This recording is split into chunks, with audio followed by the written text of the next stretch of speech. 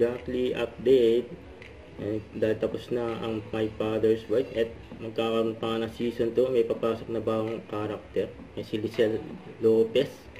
Ano kaya ang papel niya sa buhay nila Gina, Gerald at Robert? Abangan niya sa season 2 soon.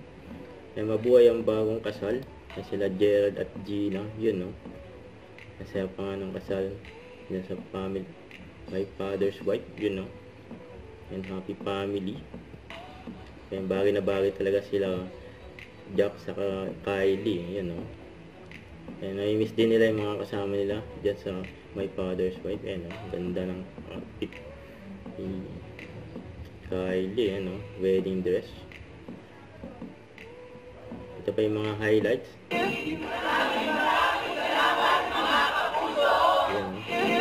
Na pinalo ng My Father's Wife. Ito pa yung mga kulitan sa set ng My Father's Wife. Success! Okay, thank you.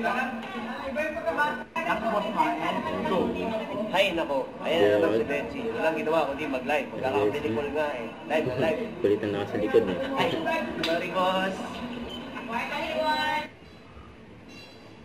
Ang gwapo ni Jack oh.